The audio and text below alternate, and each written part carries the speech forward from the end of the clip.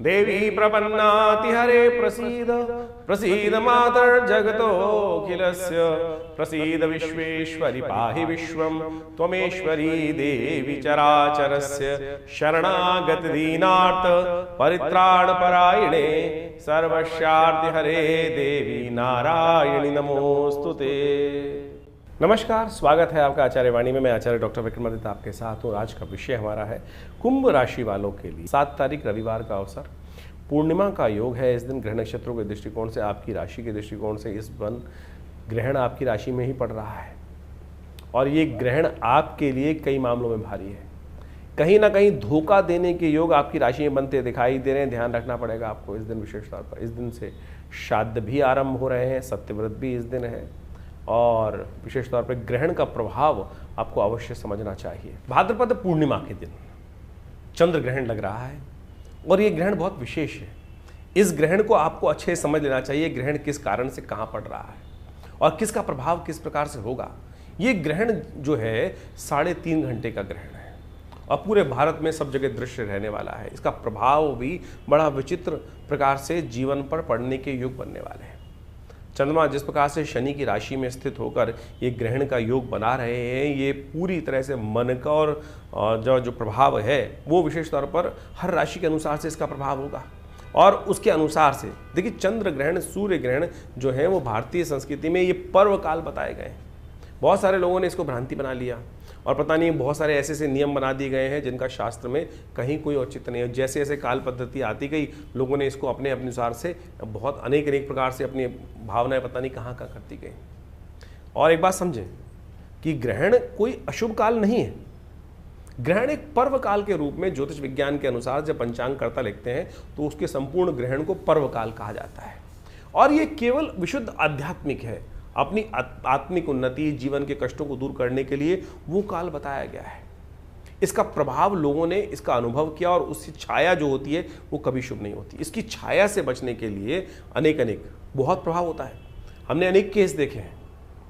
हमारे एक परिवार में व्यक्ति थे और कहा जाता है, उन्होंने जब देखा, हमने वो घटना स्वयं देखी है कि उनकी माताजी ग्रहण काल में सो गई थी और जब उनका जन्म हुआ तो उनके कान कई प्रकार से बंद थे, बहुत सारी शारीरिक तौर पे विक्षिप्तियाँ थी। तो ऐसा घटनाएं बहुत सारी होती हैं। उसी घटना को बचाने के लिए शास्त्र में कहा गया है कि ऐसे समय में केवल हमको भगवान परमात्मा का भजन करने का प्रयास करना चाहिए और उस छाया को दर्शन में नहीं जाना चाहिए। छाया उस यानी आप घूमते फिरें। बहुत सारे लोग तो ऐसे भी हैं कि घूमते फिरते रहते हैं, कुछ प्रभाव नहीं होता है। शास्त्र में प्राचीन काल में ऋषियों ने इस पर शोध किया कि जो ग्रहण की किरणें होती हैं, ग्रहण का समय होता है, उसकी छाया किसी प्रकार भी शुभ नहीं मानी जाती थी, इसीलिए उससे बचने के लिए। अब आप समझे, सूर्य ग्रहण पड़ रहा हो, लोग देखने का प्रयास करते थे। खगोलीय घटना तो है, जो बाहर के वैज्ञानिक हैं वो ये केवल कहते खगोलीय घटना तो है, उसका प्रभाव पड़ रहा है। अगर देखोगे तो आंखें अंधी हो जाएंगी। आप उसकी जो ग्रिडल होती है उसको देखने के लिए, उस अंगूठी को निकलते हुए देखने के लिए लोग कितने लालायित होते हैं। देख लीजिए खुली आंखों से, क्यों प्रभाव नहीं है। ग्रहण का प्रभाव है। खुली आंखों से देखोगे खगोलीय घटना को तो आंखों में प्रभाव पड़ेगा। जब उसका प्रत्यक्ष प्रभाव है तो सूक्ष्म प्रभाव भी होगा और ज्योतिष ने, हमारे आचार्यों ने, ऋषि मुनियों ने उसके प्रत्यक्ष के साथ साथ सूक्ष्म प्रभाव को भी समझने का प्रयास किया। तो इस प्रकार से बहुत सारे आप बच्चे देखते होंगे, कई बार क्या होता है कि ग्रहण काल में जो बच्चे जन्म लेते हैं, उसके आसपास जन्म लेते हैं और उनकी माताजी की छाया ग्रहण की पड़ गई होती है तो कई प्रकार के पैचेस स्किन पर भी आने के योग बन जाते हैं। ज्योतिष ने इस प्रकार को भी अध्ययन किया कि जो पैचेस हैं, अंग भंग हैं, वो सब उसके कारण से हो जाते हैं, तो उससे बचने का प्रयास करना चाहिए। इसलिए कहा जाता है कि ग्रहण काल में बाहर ना निकलें। और क्या कहा जाता है, और अगर एक नियम बनाया गया, एक बहुत विशेष तौर पे समझने का नियम है। ग्रहण जो विशेष तौर पर साधना करना चाहता है उसके लिए कहा गया कि उस समय भोजन ना करें और भोजन ना करें उस समय बैठकर भजन करें, परमात्मा का आराधना करने का प्रयास करें। और यदि वो नहीं करेंगे तो क्या होता है उसके लिए, और उसके साथ साथ ये नियम बताया कि उनके लिए नियम है कि आप ग्रहण का जब सूतक काल आरंभ हो जाए तो आप भोजन ना करें और उस समय अपने आप को तैयार करें। जब ग्रहण आ जाए तो उस समय साधना करें, मंत्र जप करें और दान पुण्य करें। ग्रहण के आरंभ में आपको स्नान करना चाहिए, ग्रहण काल में यज्ञ करना चाहिए और ग्रहांते दानम, ग्रहण के अंत में दान करने की व्यवस्था है।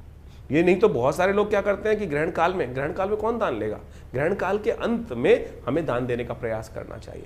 ग्रहण काल में जो कार्य किया जाता है, कहा जाता है उसका 100 गुना अधिक प्रभाव प्रभाव पड़ता है। तो इसलिए ग्रहण को पर्व कहा गया है। जो मंत्र आप जब साधारण समय में करेंगे, यदि मानसिक तौर पर ग्रहण के समय में उस मानसिक जप को कर लें तो उसका कई गुना अधिक प्रभाव हो जाता है। ग्रहण काल में यदि यज्ञ कर लें तो उसका जो वैसे ही मंत्र जप से कई 10 गुना अधिक प्रभाव यज्ञ के जप का बताया गया, मंत्र के जप का से ज्यादा 10 गुना प्रभाव यज्ञ का बताया गया है। और वही यदि ग्रहण काल में कर लेंगे तो कई गुना अधिक उसका प्रभाव, 100 गुना अधिक प्रभाव उस कर्म का उस समय में होता है। एक बार एक कार्य कर रहा था, बहुत सारे एक व्यक्ति ने मुझसे बड़ा अजीब सा प्रश्न किया कि ग्रहण काल में हम तो शारीरिक संबंध बनाएंगे, ग्रहण काल में शारीरिक संबंध बनाते। मैंने कहा तुम नहीं हो, पहले तुमसे भी पहले बहुत सारे हुए हैं, तुमसे भी पहले इस काल कार्य करने के लिए बहुत सारे हुए हैं। केकसी का वर्णन शास्त्र में आता है, रावण की माता का।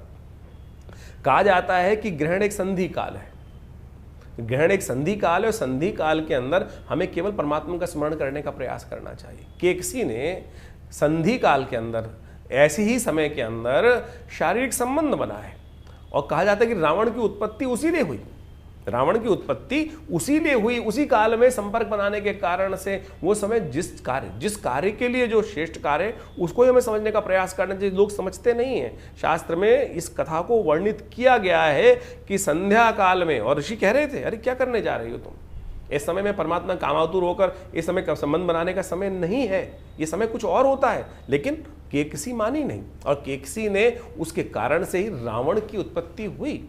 तो यानी आप समझे कि बहुत सारे लोग आज की तारीख में खुराफात दिमाग में लोगों को चलती रहती है, और जैसी खुराफात आपने जो प्रश्न आपके मन में उठ रहे हैं, हमारे शास्त्र इतने बड़े हैं कि कहीं ना कहीं उस आपसे पहले वो प्रश्न लोगों के मन में उठ चुके हैं।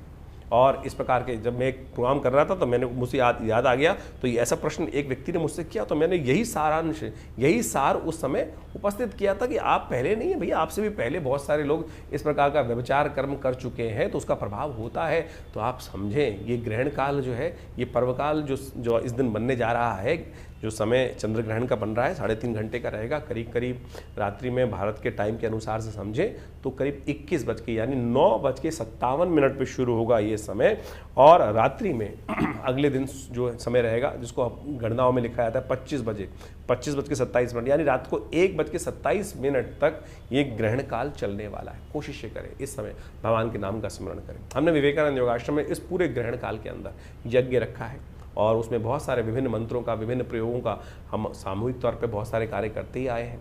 और ऐसे में कहा जाता है कि अपने कष्टों को दूर करने के लिए हमें अवश्य कुछ ना कुछ भगवान का स्मरण मंत्र जप अवश्य अपने रूप में रहने का प्रयास करना चाहिए। उससे आपके जीवन में कष्ट दूर होने का योग बनेगा। ये सिद्धांतिक तौर पर हमें समझ लेना चाहिए। ये बिल्कुल सत्य प्रमाणित चीज़ें हैं, इसमें कहीं कोई कपोल कल्पित नहीं है। आप समझें ग्रहण काल के अंदर क्या कहा जाता है कि अगर ग्रहण के पंचांग के अंदर नियम सोचें कि जो ये नियम है ये साधक के लिए हैं।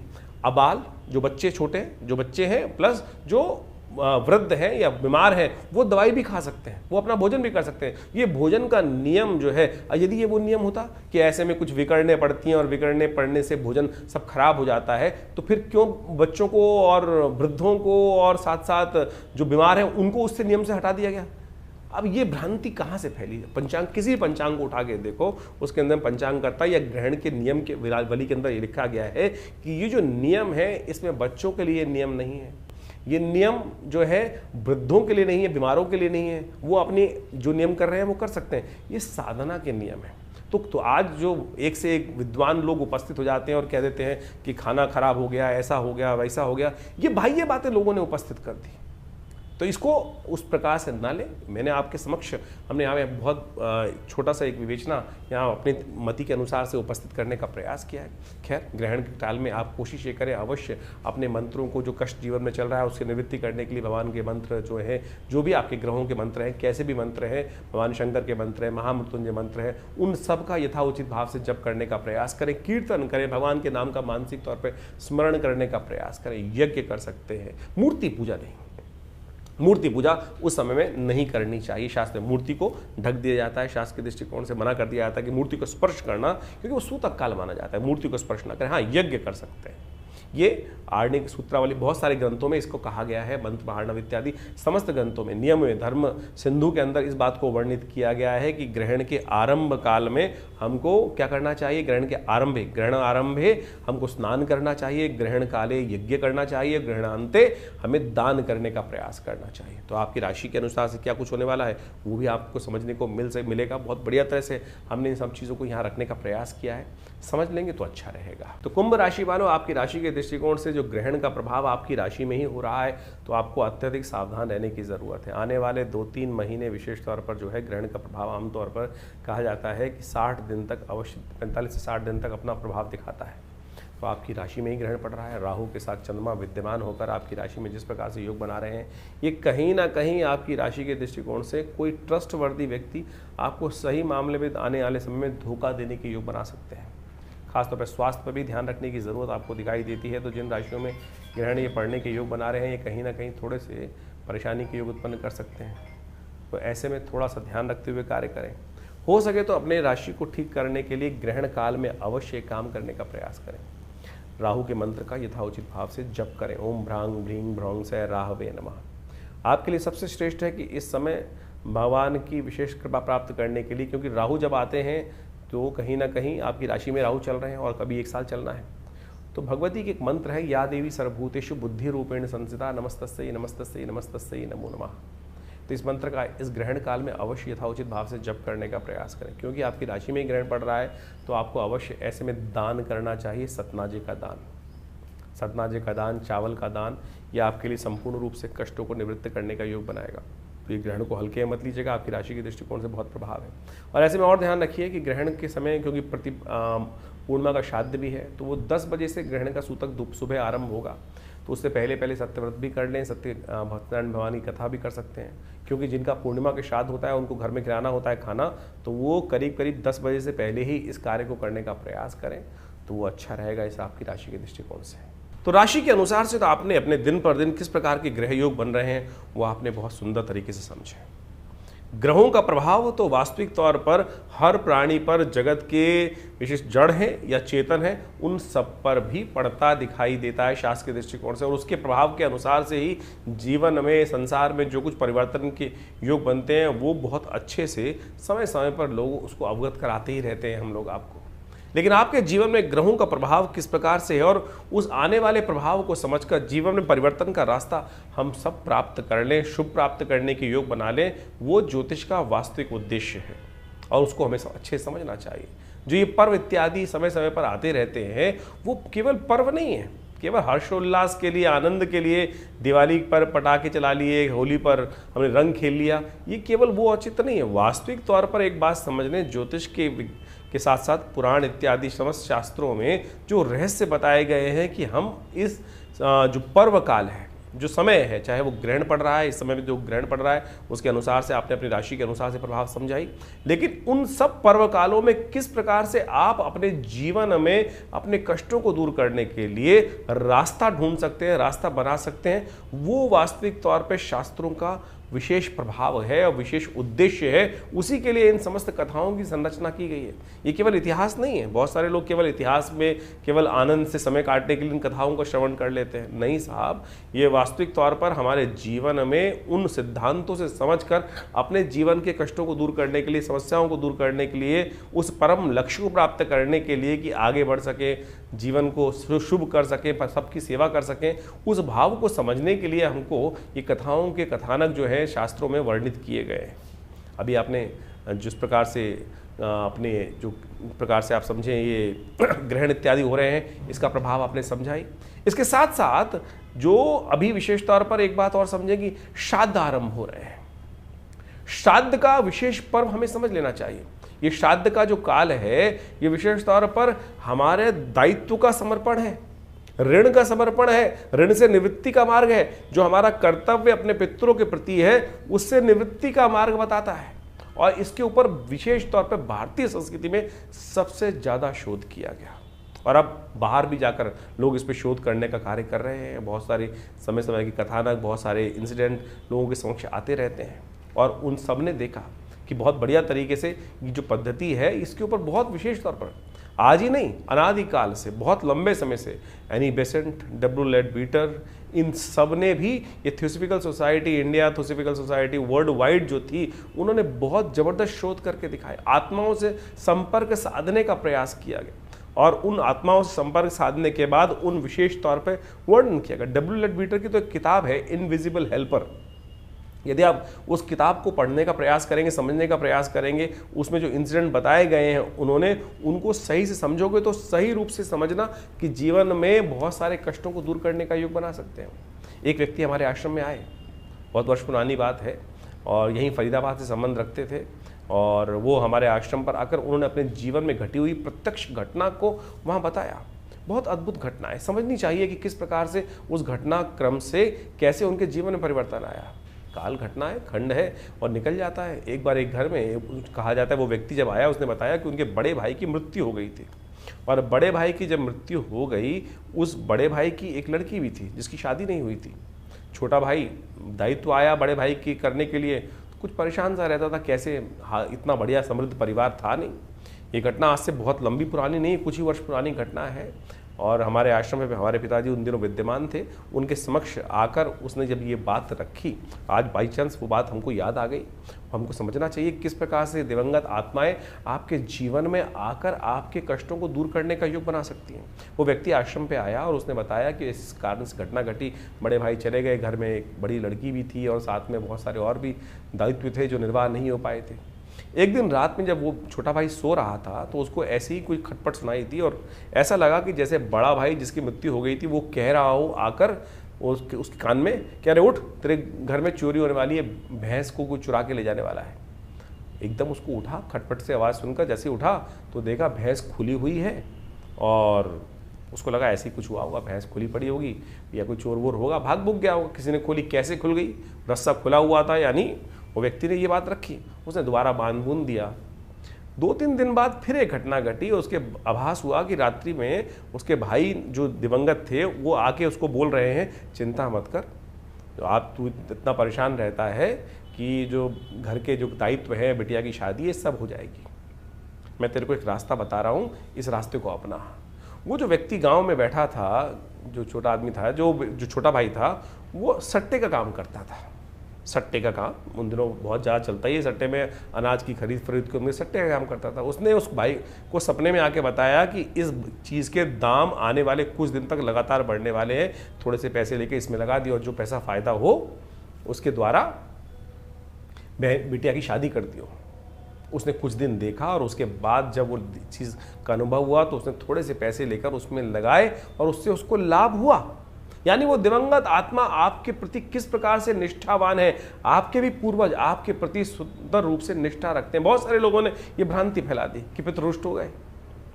पितृ रुष्ट, अरे पितृ रुष्ट कभी क्यों? आपके माता पिता बड़े बुजुर्ग आपसे रुष्ट नहीं होते। आप अपना कर्तव्य का पालन नहीं करते हैं, कर्तव्य जो निष्ठ नहीं है, जो उनको क्या चाहिए, उनको आपके पितरों को क्या चाहिए? केवल जल ही तो चाहिए, समर्पण चाहिए, श्रद्धा का समर्पण ही तो चाहिए। जो शास्त्र में कहा गया है कि भाई तुमको ब्राह्मण भोजन करा दो, गरीब को अन्न करा दो, गाय को ग्रास डाल दो, यही तो कहा गया है। इसी से पितृ ऋण से निवृत्ति आती। पितृ दोष नहीं होता, पितृ ऋण है जो आपके ऊपर चलकर परेशान करता है। हम भूलते चले जा रहे हैं उन दिवंगत आत्माओं को जिनके प्रति हमारा कर्तव्य था। पुराने जमाने में कोई भी शादी हो, ब्याह हो, अपने पितरों के निमित्त एक थाली निकालने की व्यवस्था चलती थी, और वो पितृ रहते हैं आपके आसपास, कहीं दूर नहीं जाते। हमारे शास्त्रों में 3 पीढ़ी तक हर व्यक्ति को, चाहे छोटा भाई है, चाहे बड़ा भाई है, चाहे बहन है, चाहे स्त्री है, चाहे पुरुष है, हर व्यक्ति को अपने पितरों के निमित्त वो तर्पण करना, वो भोजन कराना, गरीबों को भोजन कराना शास्त्र में वर्णित है। केवल ब्राह्मण को ही नहीं, इस बात को कि बहुत ब्राह्मण यदि जमा सके तो बहुत श्रेष्ठ है। भारतीय संस्कृति में जिस प्रकार से बताया है, नहीं तो किसी भी भिक्षुक को, किसी भी गाय को, बहुत सारे शास्त्र में कथाएं आई हैं कि ब्राह्मण नहीं मिल रहे थे लोगों को तो गऊ को भी खिलाया लोगों ने, और वही कर्तव्य शास्त्र में बिल्कुल ठीक हुआ। तो आप समझें कि भारतीय संस्कृति में जो ये बात बताई गई, जो श्राद्ध आ रहा है, इसका ध्यान रखेगा। अपने पितरों के निमित्त नित्य प्रति यदि ये 5 कर्म कर सके, एक तो ब्राह्मण भोजन, गऊ को ग्रास निकालना, और उसके अलावा कोशिश करें गायत्री जप या यज्ञ अपने पितरों के निमित्त अवश्य यथाउचित भाव से, कम से कम 1 माला स्वयं कर सकते हैं। मानसिक तौर पर माला लेके बैठ जाएं और अवश्य उनके निमित्त कर दें, हाथ में जल लेकर उनको उसका कहते हैं कि ये दिवंगत आत्माओं की आत्म शांति के लिए उनके लिए क्या गायत्री का जप कर लीजिए। और साथ साथ तर्पण इत्यादि, तर्पण करना, तर्पण हर रोज आपको करने के प्रयास करना चाहिए। थोड़ा जल लेकर इस तीर्थ, पितृ तीर्थ से, अंगूठे से लेकर इस क्षेत्र से इन पूरे के पूरे जो 16 दिन पड़ेंगे, पितृपक्ष जो आता है, हर रोज अपने जिसमें जो भी दिवंगत आपको याद है, ऋषि तर्पण, पितृ तर्पण, हमें दिवंगत जो करना चाहिए अवश्य शास्त्र में नियम है, उनको करने का पूरा विधान शास्त्र में वर्णित है। किसी अच्छे विद्वान ब्राह्मण के द्वारा करा देंगे तो बहुत अच्छा लगेगा। तो ये सब चीजें, अभी तो एक बहुत बड़ी घटना घटी, विश्व के एक बहुत बड़े, अमेरिका के एक बहुत बड़े एक्टर हैं, उनके परिवार में किसी की मृत्यु हुई और वो व्यक्ति, जो लड़का था उनका, वो बार बार उनके सपनों में आ रहा था और सपने आके उसको लगता था कि ये स्थिति इसकी अच्छी नहीं है। बहुत कुछ उसने अपने धर्म के अनुसार से, ईसाईयत के अनुसार से करने का प्रयास किया, लेकिन वो बहुत से डॉक्टरों को दिखाया, एक बहुत बड़ा एक्टर है, और उनके साथ वो घटना घटी। और फिर वो भारत में आते हैं और जब कुछ कई साइकोलॉजिकल, उनको लगा कि साइकोलॉजिकल डिसऑर्डर हो गया, साइकेट्रिस्ट को दिखाया, बहुत सारे, जिस प्रकार से कोई रास्ता नहीं निकल रहा था। लेकिन फिर जब भारत में आए और संपूर्ण रूप से तर्पण इत्यादि का जो कार्य जो भारतीय संस्कृति में बताया गया, विद्वानों के द्वारा कराया गया, फिर उसने अपनी ऑब्जर्वेशन लिखी है कि नहीं, उसके बाद से वो समस्या है। तो हमारे पास तो लगातार इस प्रकार के लोग पूरे विश्व से आते ही हैं, और जो जो पद्धति हमने कराई, जो जो पद्धति शास्त्र में वर्णित है, वो सब हमने कराई। तो आप सत्य माने, वो जो कष्ट जीवन में चल रहा था, लगातार आत्माएं आके परेशान, अगर आपके सपने में कोई दिवंगत आत्मा बार बार आ रही है, आपके पितरों के निमित्त जो आत्मा आ रही है, और वो किसी अच्छी अवस्था में नहीं है, तो समझ लीजिए कहीं ना कहीं पितृण है और वो अपेक्षा कर रही हैं आपके साथ कि हमको अपना, आपके कर्तव्य जो है वो सही से नहीं कर पा रहे हैं। तो उनके लिए गायत्री जप करा दीजिए, गायत्री सवाला गायत्री जप कराना। और इन श्राद्ध काल, वैसे तो हर रोज़ हमारे यहाँ तो कहा गया है कि हर लड़के को, लड़की को अपने जो पितृगण हैं उनके निमित्त थोड़ा सा तर्पण अवश्य करना चाहिए। नित्यपति देवताओं की पूजा करते वक्त जो संध्या वंदन किया जाता है, उसके साथ पितरों के निमित्त तर्पण करना भी शास्त्र में बहुत ज़रूरी बताया गया है, तो आप अवश्य करें। हमने इस पितृपक्ष में आश्रम पर विशेष व्यवस्था करा रखी है कि जो जो अपने पितरों के निमित्त गायत्री यज्ञ कराना चाहते हैं, या जो विशेष तौर पर उनके निमित्त ब्राह्मण भोजन इत्यादि समस्त कार्य यदि घर पे नहीं कर पा रहे हैं, तो कम से कम अवश्य हमारे आश्रम में पूर्ण व्यवस्था उनकी रहेगी। अपने पितरों के निमित्त गायत्री जप इत्यादि समस्त जो शास्त्र वर्णन तरीके हैं दिवंगत आत्माओं की आत्म शांति के लिए अवश्य कराने का प्रयास करें, और देखेंगे उससे मन शांति प्राप्त होती है। मन के बहुत सारे भार जो हैं, बार बार इस प्रकार की समस्याओं को ठीक करने के लिए खुद कर सके तो बहुत बढ़िया है, खुद कर सके तो बहुत बढ़िया। अपने पितरों के निमित्त एक घटना घटी, हमारे आश्रम पर आने वाला एक जातक था, और वो खूब अच्छा पिताजी के शिष्य रहे, और खूब अच्छा, बहुत बढ़िया पैसा वैसा खानदान में छोड़ के गए। और आप सत्य माने कि उनका एक दिन समय आया, शरीर पूरा हो गया, जब उनकी वार्षिक श्राद्ध कर रहे थे उनके घर वाले, तो बाई चांस वो जो कपड़े थे कुछ हल्के, जिस प्रकार के वो पहनते थे, वो किसी हल्के कपड़े लेके आए। आप समझे, उस दिवंगत आत्मा ने उस व्यक्ति को आकर बताया कि क्या मैं इतना छोड़ गया, इससे संतुष्टि नहीं हुई, क्या तुम मेरे पहनने लायक कपड़े भी उस प्रकार से नहीं कर सकते? यानी दिवंगत आत्माएं आती हैं और आपसे अपेक्षा रखती हैं इतना ही कर्म करने की आपको आवश्यकता है। बहुत सारे लोग, अभी एक हमारे पास एक व्यक्ति आया, बहुत दिन पहले मैं किसी कार्यक्रम में उपस्थित था, और कार्यक्रम में उपस्थित होते हुए था, वहाँ पर उस व्यक्ति ने मुझ प्रश्न किया, शायद टीवी पे ही था, किसी टीवी चैनल पर ही लाइव डिस्कशन चल रहा था, उस पर कॉल किया उसने कि महाराज ये बताएं कि हमारे घर में ऐसी ऐसी घटना तो नहीं हो जाएगी। मैंने कहा क्यों, क्या हुआ? बोले कि कोई बीमार है, अगर वो मर जाएंगे तो हम बर्बाद हो जाएंगे। मैंने कहा ऐसी क्या बात है, क्यों बर्बाद हो जाओगे? बोले हमारे गांव में परंपरा है कि हमारे यहाँ कोई किसी की मृत्यु होने पर पूरे गांव के जो 3-4 हज़ार आदमी उनको भोजन कराने की व्यवस्था करनी पड़ती है, और उसी से पितरों की निवृत्ति होती है। ये शास्त्र में कहीं वर्णित नहीं है भाई, शास्त्र में कहीं नहीं कहा गया इस प्रकार की बातें कि आप उधार लो, पैसे नहीं है, और उससे लेकर लोगों को भोजन कराओ।